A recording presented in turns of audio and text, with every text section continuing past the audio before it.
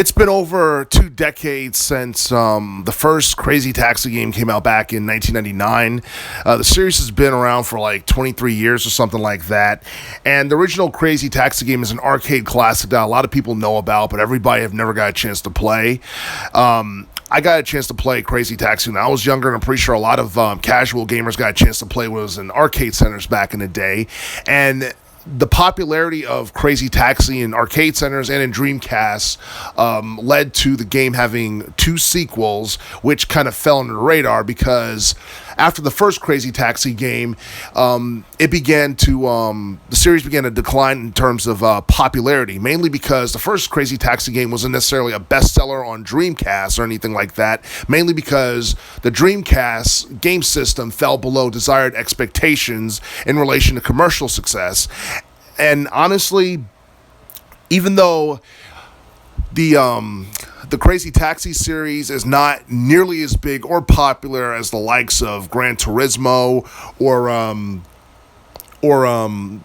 Forza or even Outrun for that matter, it's like a lot of people still enjoyed it for the most part. A lot of people enjoyed the old arcade racing games, but the problem is the racing genre of gaming has evolved over time within the past 20 years, especially in the 2000s, especially in the teens, and you saw that in terms of releases for multiple video games that came out in the 2000s, whether it be Need for Speed, whether it be Gran Turismo, whether it be Forza, whether it be Project Gotham. You had all kinds of racing games that came out, and it basically got to a point where Crazy Taxi got lost in the shuffle and basically got overshadowed. And even though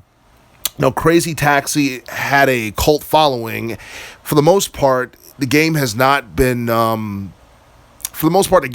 necessarily been as popular as it once was, and Sega has not been able to create a game that was as popular as the original game that came out back in the late 90s. And there are some people who think about the Crazy Taxi series and they're very nostalgic, and they think, should Sega bring back the series, or should they revive the series, or what have you? It would be cool for the most part if Sega, I guess, made a modified main installment of a Crazy Taxi game, because you look at Crazy Taxi, the last installment that came out was a game called Crazy Taxi Tycoon, which was a mobile game which was released on both Android and iOS mobile devices. And since then, we haven't really seen a Crazy Taxi mobile game, at least not to my knowledge. And if a mobile game did come out, I never really heard about it, but it shows you how irrelevant the series has become. In fact, Crazy Taxi series has been irrelevant since like the 2000s when you really think about it, because there's so many other options in terms of racing games. And then you look at older racing games that were arcade racers, whether it be Outrun 2 or whether it be the Burnout series from the early 2000s to like 2008, there were definitely like arcade racing video games that overshadowed the original Crazy Taxi game along with its two successors in terms of popularity and in terms of gameplay. So even though in theory the idea of a Crazy Taxi series revival is something that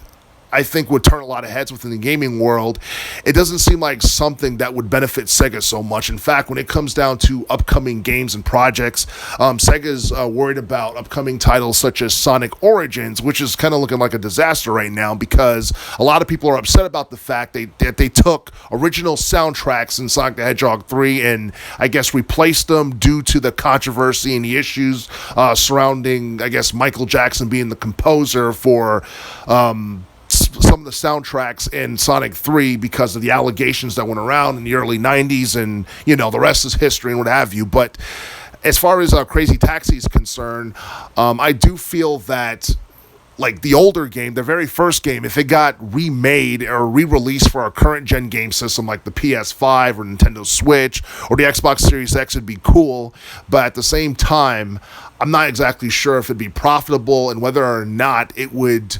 grab the attention of casual gamers as it did over 20 years ago.